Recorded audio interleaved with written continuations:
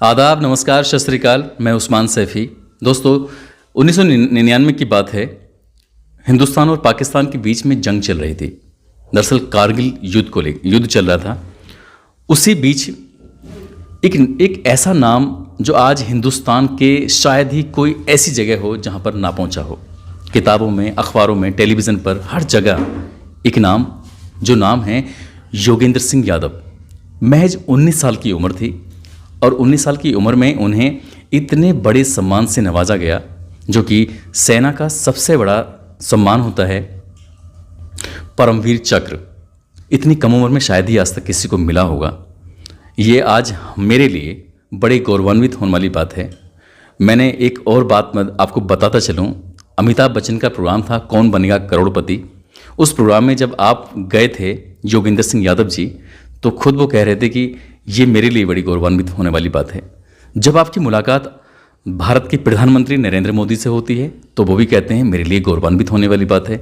देश के राष्ट्रपति भी यही बात कहते हैं। ऐसा कौन शख्स है जो आपके पास बैठकर खुद को गौरवान्वित महसूस ना करे। तो वाकई मेरे लिए आज बड़े गौरव की बात है।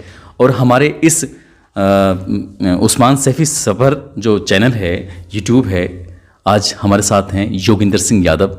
हम बात करेंगे सेना में कब भर्ती हुए थे और जब इनको गोलियां लगी थीं उस दृश्य के बारे में बात करेंगे। हालांकि इनकी बहुत सारी न्यूज़, बहुत सारी वीडियो अक्सर देखने को मिल जाती हैं, मगर उसी दृश्य की बात करेंगे कि कैसे इनकी सेना में भर्ती हुई थी और जब ये गोलियां चल रही थीं तब इनको कितनी गोली लगी और कैसे मतलब आगे का होता है। तो इन्हीं की कहानी, इनकी जुबानी। योगेंद्र सर, आपका बहुत बहुत स्वागत है। थैंक यू, नमस्कार, जय हिंद।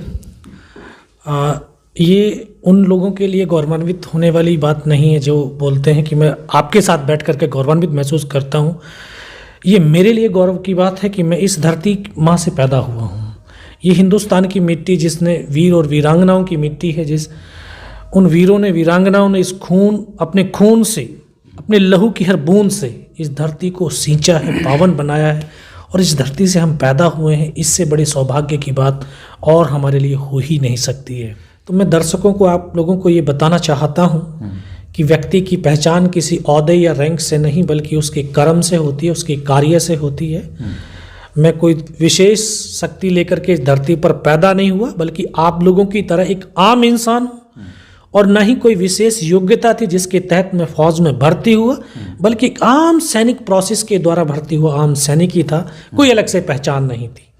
लेकिन 22 दिन की जो लड़ाई हमने तोलोलिंग टॉप पर लड़ी, तो हम 15 जवानों की एक टीम थी जिसका काम था जो फॉरवर्ड में हमारे जवान आगे लड़ रहे हैं उनको रसद पहुंचाना, अम्नेशन, राशन पानी पहुंचाना। अच्छा। तो हम 3 जवान ऐसे थे 15 में से जो सुबह कंटिन्यू 22 दिन तक बिना थके, बिना रुके, बिना खाए, बिना सोए चलते रहे। अरे बाप रे। अच्छा। सुबह 5:30 बजे चलते थे, रोड से सामान को उठा करके रात को 2:30 बजे पहुंचते थे, 2 घंटे में वापस भी आते थे और दुश्मन का लगातार बम्बारमेंट चलता रहता था। ये पता नहीं था कि एक कदम चलने के बाद अगला मैं जिंदा रहूंगा कि नहीं रहूंगा। बस एक जुनून था कि मेरा साथी आगे बैठा है, उसको ये रसद पहुंचानी है, किसी भी हालत में पहुंचा। तो आप एकदम बच्चे जैसे लगते होंगे उस टाइम पे। जो हाँ, बिल्कुल बच्चा ही था, बहुत कम उम्र का था। उसी काम से कि 22 दिन तक ये तीनों लड़के बिना थके, बिना सोए, बिना खाए, बिना रुके चलते रहे। ये तीनों फिजिकल फिट हैं, मेंटली भी स्ट्रांग है। इनको इस टीम के अंदर शामिल कर लिया। अच्छा, आपका सिलेक्शन वहाँ से हो गया। फिर वहाँ से उस काम से हमारी पहचान बनी कि ये घातक प्लाटून की जो कमांडो टीम होती है उसके अंदर हमें शामिल कर लिया गया। और फिर जब टाइगर हिल का हमें टास्क मिल चुका था तो उस पर पूरी रणनीति के तहत हमने जब चढ़ना शुरू किया, रात भर चलते थे। अच्छा। दिन भर पत्थरों में पड़े रहते थे, फिर रात भर चलते थे। इस प्रकार से हमने 2 रात और 1 दिन कंटिन्यू चले। तीसरी रात का वो मंजर आज भी मेरी आंखों के सामने तरसता है। शायद वो कल की ही तो बात है। मुझे याद है कि जब हम रस्सियों के सहारे, क्योंकि बिल्कुल 90 डिग्री की चट्टान थी, चढ़ना असंभव था, रस्सियां बांध करके हम चढ़ते चले जा रहे थे, तो दोनों तरफ दुश्मन के बंकर थे लेकिन अंधेरे की वजह से नहीं दिखाई दिए। तो ये तो लाजमी था कि जब चढ़ेंगे तो पत्थर फिसलेंगे, उनकी आवाज़ भी होगी, हमारी भी आवाज़ होगी। दुश्मन अलर्ट हो जाएगा। दुश्मन अलर्ट हो गया, उसने फायर खोल दिया। ओहो। फायर खुला, जब तक उन्होंने फायर खुला तब तक हम 7 जवान ऊपर चढ़ चुके थे। अच्छा। तो ऐसे 8-10 मीटर का प्लेन स्पेस था, सामने उनके 2 बंकर थे, उनमें 4 पाकिस्तानी सैनिक थे। हमने सातों ने एक साथ जाकर के आधाधुंध फायरिंग किया और उसमें बैठे हुए तमाम सैनिकों को, पाकिस्तान के जो सैनिक थे उनको मौत की नींद सुला दिया। अब बिल्कुल फर्स्ट लाइट हो चुकी थी, उजाला होने वाला ही था। तो जब वहाँ फायरिंग चल रहा था तो टॉप वहाँ से 50-60 मीटर रहा होगा, तो उन्होंने देखा कि हिंदुस्तान की फौज यहाँ तक पहुँच गई है। अच्छा। इतना ज़बरदस्त हमारे ऊपर बम्बारमेंट हुआ, गोलीबारी हुई कि ऐसी परिस्थिति थी कि एक कदम आगे रखते हैं तब भी हमारी मौत है, और पीछे हटते हैं तब भी हमारी मौत है। तो क्यों ना आगे बढ़ा जाए? लेकिन हिंदुस्तान की जो ताकत और हिंदुस्तान की सेना की जो शक्ति है वो सैनिक की उस सोच के अंदर है। वो सोचता है और करता भी है कि उसका शरीर चाहे गोलियों से छलनी क्यों ना हो जाए, अगर उसके शरीर के अंदर रक्त का एक भी कतरा बचता है, आखिरी सांस भी बचती है, तो उसके कदम दुश्मन की तरफ बढ़ते, कभी अपने पीछे की तरफ नहीं हटते। ये ताकत है हमारी सेना की। हमने सोचा मरना ही तो है, और जो धरती पे आया है उसने एक दिन जाना है, तो मरने से पहले जितने ज़्यादा से ज़्यादा हम पाकिस्तानियों को मार सकते हैं मारेंगे। इसी सोच के साथ हम एकदम से आगे की तरफ भागे, उनके बंकर से डेड बॉडी को निकाल करके बाहर फेंका, और फिर हम वहाँ से फायरिंग शुरू किया। 5 घंटे, सुबह 5:30 बजे के आसपास हमारा फायर शुरू हुआ था और 10:30 पौने 11 बज गए थे। लगातार हम फायर कर रहे हैं, वो भी फायर कर रहे हैं। 3 तरफ वो ऐसे आकर के उन्होंने हमें घेर लिया था, पीछे से कट ऑफ हो चुका था, कोई सपोर्ट नहीं था। नीचे वाली टीम नीचे रह गई, ऊपर वाले हम ऊपर रह गए। जब धीरे धीरे अम्निशन समाप्त होने की कगार पे पहुंचा, तब हमने फिर रणनीति बनाई कि यार हम यहाँ मरने के लिए तो आपके पास जो गोलीबारी थी वो पूरी कंप्लीट थी या खत्म होने वाली थी? वो खत्म होने वाली थी, क्योंकि 5 घंटे लगातार हो गया था, पीछे से कोई सपोर्ट ही नहीं था। अभी तो किस तरह से, क्योंकि मरना है तो मरने से पहले जितना ज़्यादा से ज़्यादा हम मारेंगे तो वही पीछे वाली टीम के लिए भी फायदेमंद होगा, हमारे लिए भी होगा। तो मारेंगे हम तब जब वो पत्थरों से बाहर निकलेंगे। तो पत्थरों से बाहर कैसे निकला जाएगा कहते हैं? गोली चलेगी तो निकलेंगे? नहीं, गोली बंद होगी हमारी तभी तो निकलेंगे वो। अच्छा अच्छा, उन्हें लगेगा कि आप खत्म हो चुकी हैं। हाँ, कहते हैं ना कि लव एंड वार, हाँ, सब कुछ जायज है ना। तो यहाँ धोखा दिया जाएगा। कैसे धोखा दे सकते हैं? हमने जैसे उनके आर्टिलरी बम्बारमेंट शुरू किया, हमने उस फायर में फायर बंद कर दिया अपना। अच्छा। क्योंकि हम भी रहे थे, वो भी चिल्ला रहे थे। तो उनको लगा कि हाँ, नीचे से इनका अम्नेशन तो आ नहीं रहा है, और अब जब 20 मिनट तक हमारी तरफ से कोई फायर नहीं हुआ, या तो साले ये मर गए हैं और यह इनका अम्नेशन समाप्त हो गया। तो सामने एक बहुत बड़ा ऐसे पत्थर था गोल टाइप में, उसके दोनों तरफ से निकलने के रास्ते थे। अच्छा। तो 10-12 पाकिस्तान के जवान वहाँ से ऐसे निकल करके आए। और जब बहुत नज़दीक आए तो 3 हम अलग अलग पत्थरों के पास बैठे हुए थे। अच्छा। हम 3 एक जगह थे, 2 एक जगह थे, फिर 3 वो उधर ऐसे बैठे हुए थे। तो वो बिल्कुल जब नज़दीक आए तो हमने 3 तरफ से एक साथ उनके ऊपर फायरिंग किया। तो उनमें से 1-2 बचा, बाकी सारे मार दिए। अच्छा। अब जो मरे तो उनका हथियार, उनका अम्नेशन हमने उठा लिया, डबल ताकत हो गई। तो उसी के हथियारों से फायर करने हम लगे। लेकिन एक तो जो था उन्होंने ऊपर जाकर के बता दिया कि वहाँ पर 8 या 10 ही जवान हैं, क्योंकि फायर खुलने से हमारी स्ट्रेंथ का पता चल जाता। तो विदिन 30 मिनट हमें संभलने का मौका ही नहीं मिला। अच्छा। 35 से 40 पाकिस्तान के जवानों ने दोबारा से हमला किया, और हमला तो उनको बैकअप मिल गया, आपको नहीं मिल पाया? हमें नहीं मिल पाया, क्योंकि हम तो कट ऑफ थे। अब उनके पास तो वहाँ पर 150 आदमी थे, उनकी एक पूरी कंपनी का डिप्लॉयमेंट था। तो जो मरे, कुछ भागे, फिर वापस वहाँ से आगे वो 35 से 40 आए। पहले 20 मिनट। अब अपनी टीम में कितने लोग थे अभी? अभी 7 ही हैं। अच्छा। अभी तो 7 ही थे। तो 20 मिनट आधा धुंध, जिनके पास जो भी हथियार था वो तमाम हथियारों का फायर किया। तब हमें भी लगा कि हाँ, अभी हमला हमारे ऊपर होने वाला है। फायर हमने भी नहीं खोला। फिर उन्होंने ऊपर से फायर बंद करके पत्थर फेंकने शुरू करे, ताकि इनको, क्योंकि ऊपर से पत्थर भी लुढ़क करके आएगा, वो भी गोली से ज़्यादा मार करेगा। सही बात। फिर ग्रेनेड फेंकने शुरू करे, क्योंकि हम फायर नहीं कर रहे थे। अभी उनको ये भी पता नहीं चल रहा था कि किस पत्थर के पास वो बैठे हुए हैं। अब ग्रेनेड फेंकते हैं, अगर हमारे ग्रेनेड लगता है तो हम चिल्लाएंगे तो पता चल जाएगा कि लोकेशन यहाँ इस पत्थर के पीछे बंदा बैठा है। लेकिन हम अपने धैर्य को बना करके, मानसिक संतुलन को, बस बैठे ही रहे। जब वो और नज़दीक आए तो हमारी एक लाइट मशीन गन थी LMG, वो उनको नज़र आ गई। अच्छा। सीधा उसी के ऊपर उन्होंने RPG का राउंड दाग दिया। तो उसकी जो बैरल थी वो डैमेज हो गई। उसको चलाने वाले नए जवान थे, तो एकदम से उनको भी पत्थर लगे। तो ऐसे हम राइट साइड में हमारा एक टीम लीडर था, हमारा प्लेटून हवलदार मदन, तो उसकी तरफ वो दौड़े, हथियार वहीं छोड़ दिया। तो उस प्लेटून हवलदार के वो आखिरी शब्द थे जो उन्होंने बोला, क्योंकि मैं उस LMG के जस्ट बाईं तरफ बैठा हुआ था। मुझे बोला, योगेंद्र इस LMG को उठा करके फेंक, और अगर बोला दुनिया में इस वेपन के सिवा कोई बचाने वाला नहीं है, क्योंकि उस वेपन की फायर पावर बहुत ज़्यादा थी। अच्छा। तो मैं उस वेपन को उठा करके फेंक तो दिया उनकी तरफ, तो मेरी नज़र ऊपर की तरफ ऐसे गई, तो जिन पत्थरों से हम फायर कर रहे थे ऐसे पत्थर था, उसके ऊपर 7 पाकिस्तान के सैनिक खड़े हुए थे। मगर सर ये तो नज़दीक आ गए, कहाँ पर है ये खड़े हुए। बस इतना मैंने बोला था। तो एक मेरा नाम राशि था, योगेंद्र यादव, हमारा साथी था, वो ऐसे पीछे लेट करके फायर कर रहा था, मैं आगे बैठा हुआ था। दोनों के बीच में आकर के ग्रेनेड फटा। तो देखो, जान सबको प्यारी होती है। सही। तो उसने भी पत्थर अपने सिर पत्थर लगाया, मैंने भी। तो उसका राइफल के ऊपर हाथ ऐसे रह गया था, ये उंगली कटी उसकी यहाँ से, और कटते ही जैसे दूर जाकर के पड़ी। तो जिसको चोट लगती है दर्द का एहसास उसी को होता है। उसको एकदम से लगा कि मेरा हाथ कट गया। वो एकदम से मुझसे बोला कि योगेंद्र मेरा हाथ कट गया। वैसे देखा, मैं नहीं सर हाथ नहीं कटा, उंगली कटी है। मैं कहा लाओ फील्ड पट्टी निकालो, मैं फर्स्ट एड कर देता हूँ। बोला तू अपनी निकाल। तो मैंने अपनी फील्ड पट्टी निकाली, उनको ऐसे ऐसे बांधा। तभी एक और जवान था, वो भी घायल हो गया, उसको भी फर्स्ट एड दिया।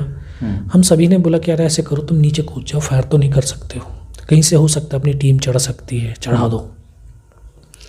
लेकिन उन्होंने बोला नहीं यार, जीना है तो तुम्हारे साथ जीना है, मरना है तो तुम्हारे साथ मरना है। हम जैसे नए जवानों के लिए इससे बड़ी और प्रेरणा शक्ति हो ही नहीं सकती थी। मैं किताबों में पढ़ा था कि एक सैनिक दूसरे सैनिक के लिए अपने आप को कुर्बान कर देता है, आज प्रत्यक्ष रूप से दिख रहा था, अपने आंखों से दिख रही।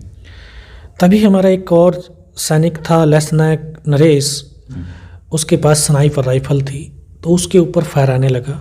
तो एक मेरा ट्रेनिंग का साथी था ग्रेनेडियर अनंतराम, हम दोनों को बोला कि तुम उसकी हेल्प के लिए जाओ।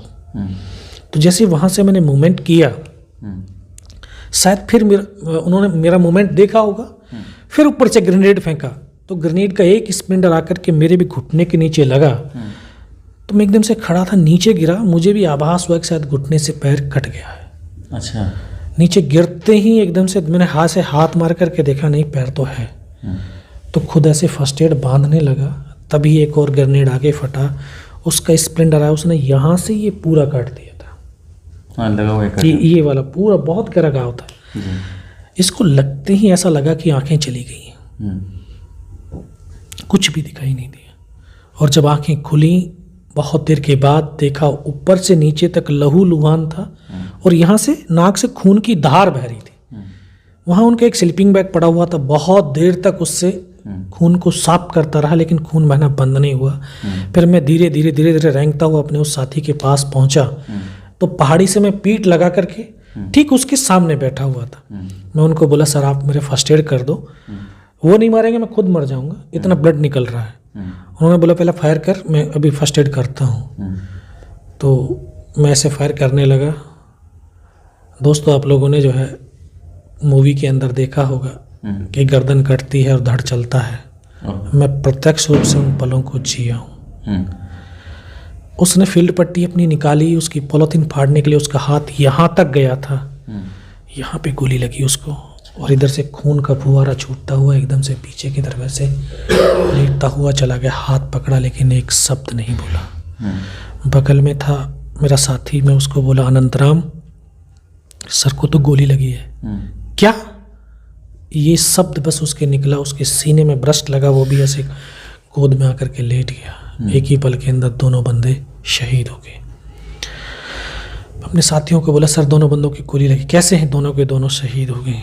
बस इतना ही मैं बोल पाया। तभी उन्होंने अल्लाह अकबर के नारे लगा के इस तरह से आकर के घेर लिया हमको। और एक ही पल, एक ही मंजर, गोलियों की वो बौछार चली कि सब कुछ खत्म हो गया। मैं भी उनकी तरफ से मर चुका था। तो उनका एक कमांडर था, उसने बोला इनको रीचेक करो, इनमें से कोई जिंदा तो नहीं है। पाकिस्तान के जवान आए, हमारे जवानों के शरीर के अंदर जब गोलियां दागने लगे तो डेड बॉडी ऐसे उछलती थी। मतलब तो मरे हुए मार रीचेक किया ना कि जिंदा तो नहीं है। अच्छा। तो बॉडियों के अंदर गोलियां दागते हैं तो बॉडी ऐसे उछलती थी ऊपर की तरफ। तो मैं इतना बेहोश नहीं था कि उनको देख ना सकूं, देख सकता था, सुन सकता था। आपका जो फर्स्ट एड था वो हो नहीं पाया था? नहीं। अच्छा। तो सामने वाले को जब गोली मारी उसकी डेड बॉडी ऐसे उछली, बगल वाले को मारा तो उसको भी, मैं भी इस तरह से पड़ा हुआ था। उसने यहाँ मारा फर्स्ट ब्रस्ट। अच्छा। तो मैं ऐसे था, मैं देख रहा कि यहाँ से धुआं निकल रहा है और लेकिन उस गोली की पीड़ा को चुपचाप बड़ा सहता रहा। फिर उसने यहाँ जांग में मारी, यहाँ पे पैर में मारी, 2 जगह पे गोलियां मारी। जैसे पड़ा था डेड बॉडी की तरह वैसा ही पड़ा रहा। वो चला गया, उनको यकीन हो गया कि इनमें से कोई जिंदा मर चुके हैं। जब वो चला गया तब मैंने मन के अंदर विश्वास पैदा किया कि अगर इसने सर और सीने में गोली नहीं मारी, चाहे मेरा हाथ पैर दोनों ही काट करके क्यों ना ले जाए, मैं उफ तक नहीं करूंगा और मैं जिंदा भी रहूंगा। साथियों, आज उसी विश्वास की बदौलत आज आपके सम्मुख भी हूं। फिर उन्होंने बहुत सारी यातनाएं दी, अमानवीय क्रूरताएं की। तो जहाँ से हम रात को चले थे लगभग 500 मीटर नीचे था। उस पोस्ट को कैप्चर करने के लिए टाइगर हिल की बगल में ही मस्को वैली थी, उसको मैसेज दिया। तो जब वो मैसेज मेरे कानों में पड़ा तो मुझे लगा यार आज तो पूरी टीम खत्म हो जाएगी। तब ऊपर वाले से एक ही प्रार्थना करी कि मुझे इतने जिंदा रख दे कि मैं अपने साथियों तक पहुंच जाऊं। और ये सच है, अगर निस्वार्थ भाव और सच्ची श्रद्धा के साथ उस ईश्वर अल्लाह वाहिगुरु को अगर याद करते हैं तो वो शक्ति जरूर साथ देती है। चुपचाप पड़ा रहा। काफ़ी देर के बाद उनके कमांडर ने बोला इनके हथियार उठा लो। तो उनका एक जवान आकर के दोबारा से गोलियां मारने लगा, एक हथियार उठाने लगा। फिर दोबारा से उसने उसी रोटेशन से गोली मारी, फिर भी मेरे पैर में हाथ में गोली मार करके जब एक कदम आगे गया वापस मुड़ा और उसने राइफल मेरे सीने की तरफ करी, तब मुझे लगा यार अब नहीं बचूंगा। कहते हैं जाको राखी साईं मार सके ना कोई, और इस धरती को, इस देश को भारत माँ कहते हैं। क्यों कहते हैं? उस समय समझ नहीं था, लेकिन आज समझ है कि ये कंकर और मिट्टी वाली ज़मीन नहीं बल्कि एक सजीव है। जैसे माँ अपने बेटों की वीरता, शौर्य और पराक्रम को कभी दफन नहीं होने देती, तो ये माँ भारती भी अपने बेटों की वीरता, शौर्य को कभी दफन होने ही नहीं देती है। किसी न किसी एक को जरूर माध्यम चुनती है, और शायद मुझे वो माध्यम चुना होगा कि उसके बेटों ने जो शौर्य वीरता दिखाते हुए अपने प्राणों का बलिदान दिया, एक नई शौर्य गाथा लिखी, उसको दुनिया तक मैं पहुंचा सकूं। तो जब उसने गोली चलाई तो यहाँ पर पर्स था, पर्स में 5-5 रुपए के कुछ सिक्के भी थे। अच्छा। वो सारे इकट्ठे थे। जब गोली चली तो जाकर के सिक्कों पर ही लगी। गोली के धक्के से मुझे भी लगा कि यार मैं मर गया हूँ, लेकिन वो तो रिकोचिट हो गई थी। पाकिस्तान का दूसरा जवान आया, मेरे AK-47 ऐसे पड़ा हुआ था, उसने उठाया, वापस मुड़ा तो उसका पैर मेरे पैर से शायद टकराया। तो मुझे लगा एकदम से चेतना आई, अगर मैं तो जिंदा हूँ। तब एक अंतर्मन से आवाज़ है कि योगेंद्र अभी तक नहीं मरा तो अब मरेगा भी नहीं। मेरे पास एक हैंड ग्रेनेड बचा हुआ था, मैंने ग्रेनेड निकाला, उसके ऐसे ऊपर ऐसे फेंक दिया तो कोट के अंदर हुड लगे हुए थे। वो ग्रेनेड हुड के अंदर गिरा और जब तक वो निकाल पाता ग्रेनेड फट गया, उसका सर उड़ा यहाँ से और हमारे ऊपर आकर के ऐसे गिरा। उस धमाके से पाकिस्तान के सैनिकों में खलबली मची कि इनमें से कोई जिंदा है। कुछ बोले जिंदा नहीं, नीचे से फौज आ रही है। अच्छा। बस वही एक मौका था मेरे पास। मैंने तुरंत उसकी राइफल को ऐसे उठाने की कोशिश करी, लेकिन ये हाथ तो हिला ही नहीं। इस हाथ की पूरी हड्डी निकल के बाहर थी। तो एक हाथ से मैंने राइफल उठाई, वहाँ से ऐसे फायरिंग किया, 3-4 उनके सैनिक मारे गए। टारगेट पे हाँ, फिर इसी हाथ से पलटा खाया, दूसरे पत्थर से, तीसरे पत्थर से जब 3-4 जगह से फायरिंग किया तब उनको लगा कि हाँ नीचे से रीइंफोर्समेंट आ गई है। फिर वो भागे, उनके हौसले टूटे वहाँ से। मैं घिसटता हुआ, रेंगता हुआ मैं 3-4 मीटर गया हूँगा आगे। तो आगे जाके देखता हूँ सामने उनका लंगर चल रहा था, उनके लिविंग टेंट लगे हुए हैं, उनकी वेपन का डिप्लॉयमेंट है, वहाँ से सब कुछ दिख रहा था। ये दिन का 1:30-2 बज रहा था उस टाइम पे। फिर क्योंकि जहन के अंदर उस समय एक ही पागलपन था, एक ही सोच थी, अपने साथियों को बचाना, अपने पोस्ट को बचाना कैसे भी करके। फिर घिसटता हुआ, रेंगता हुआ नीचे आया, पीछे आया तो जहाँ मेरे साथी थे, मुझे लगा कि हो सकता है इनमें से कोई मेरी तरह जिंदा हो। तो आकर के एक एक को देखा, किसी का पूरा सर फटा हुआ बाहर था, किसी के पूरे फेफड़े निकले हुए बाहर थे। बहुत देर बैठ कर के रोता रहा। फिर खुद को संभाला कि जाऊं तो जाऊं कहाँ। चारों तरफ बर्फ ही बर्फ, पहाड़ ही पहाड़, ये भी पता नहीं कि हिंदुस्तान कहाँ है, पाकिस्तान कहाँ है, जाऊं कहाँ। रोता रहा। फिर अपने आप को संभाला, इस हाथ को ऐसे बांधने की कोशिश करी। शरीर में बहुत कंपन थी, हाथ बंध ही नहीं पा रहा था, ऐसा लगा कि शायद ये कट गया है। मैं आया कि कट गया तो तोड़ करके फेंक देता हूँ। झटका मारा, तोड़ने की कोशिश करी, टूटा नहीं। फिर इसको उठाया, पीछे कमर पे फेंका, बेल्ट में फंसाया। तभी जैसे मैं आपको बता रहा था कि अगर निस्वार्थ भाव और सच्ची श्रद्धा है तो परमात्मा जरूर साथ देता है। तो ऐसी आवाज़ सुनाई दी जिसने बोला, बेटा इस नाले से नीचे की तरफ चला जा। तो बस मैं उस नाले से लुढ़क गया। लुढ़कते लुढ़कते जब बहुत नीचे आया तो एकदम से गड्ढा आ गया। एक हाथ से पत्थर पकड़ करके लटका हुआ था, तब मुझे लगा कि मैं पाकिस्तान की तरफ आ गया हूँ। अच्छा। तो नीचे की तरफ देखा तो मुझे मेरे साथी नज़र आए, उनको आवाज़ दिया, वहाँ से मुझे खींच करके ऊपर ले करके गए। जैसे हम फिल्मों के में देखते हैं कि पूरे ड्रेस, जब कोई ग्रेनेड फटता है, बम फटता है, पूरा ड्रेस चीतड़े हो जाता है, सेम कंडीशन थी। कोई नहीं कह रहा था कि जिंदा रहेगा, सबको था थोड़े बहुत देर में मर जाएगा। मैं उनसे बोला, साहब मुझे कुछ नहीं होगा, सिर्फ पोस्ट को बचा लो कैसी भी करके। इतना कहते कहते पीछे कमांडिंग ऑफिसर को बताया कि बोला इस तरह से एक जवान बच करके आया है, बोला इसको जल्दी से जल्दी मेरे पास पहुंचाओ। तो फर्स्ट एड दिया, और लेकिन खून बहना बंद नहीं हुआ। कोई ऐसे संसाधन नहीं थे जिन पे लिटा करके मुझे वहाँ तक पहुँचाया जा सके। जवान मुझे कंधे पे डाल करके पीछे की तरफ ले करके आए।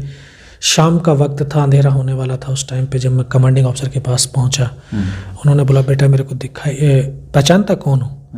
मगर सब आवाज़ सुनाई दे रही लेकिन दिखाई कुछ नहीं दे रहा है। बोला, मैं तेरा commanding officer colonel Kushal Chand Thakur, मैं जय हिंद साहब। तो उन्होंने अपने टेंट के अंदर लेटाया, थोड़ी स्टॉप जलवाए, थोड़ी सर्दी महसूस कम होने लगी। मैं बोला, साहब पानी पिला दो, क्योंकि अभी जबान ऐंठने लगी थी। तो उन्होंने बोला, पानी नहीं मिलेगा। तभी डॉक्टर आया दौड़ करके, उसने ग्लूकोज पिलाई तो थोड़ी और एनर्जी सी महसूस हुई। फिर उन्होंने बोला, बेटा कुछ बता सकता? मैं हाँ सब बता सकता हूँ।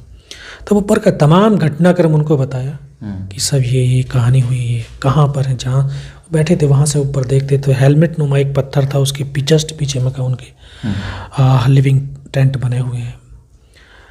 लास्ट में उन्होंने बस यही पूछा कि जवान की रिक्वायरमेंट क्या है। बस अब जवान की रिक्वायरमेंट अम्नीशन और फील्ड पट्टी की है, जबकि हम ऑथराइजेशन से भी ज़्यादा हम लेकर के गए थे, लेकिन ऐसी कंडीशन थी, हालात थी, पीछे से सप्लाई हो नहीं पाई, फंस गए हम। तो मैं कहा सब और ज़्यादा से ज़्यादा हमें दे सकते हैं तो दे दीजिएगा। बोला, खाने के लिए सब कुछ नहीं चाहिए। साहब 72 घंटे से भी ज़्यादा का समय हो गया था। हम एक बड्डी पेयर, ये पार्ले जी वाले बिस्कुट के पैकेट थे, आधा पैकेट खाया था, आधा तो बैलेंस था। सब भूख ही नहीं लगती है। तभी फिर डॉक्टर ने इंजेक्शन लगाया। फिर मुझे पता नहीं मैं कहाँ पर हूँ।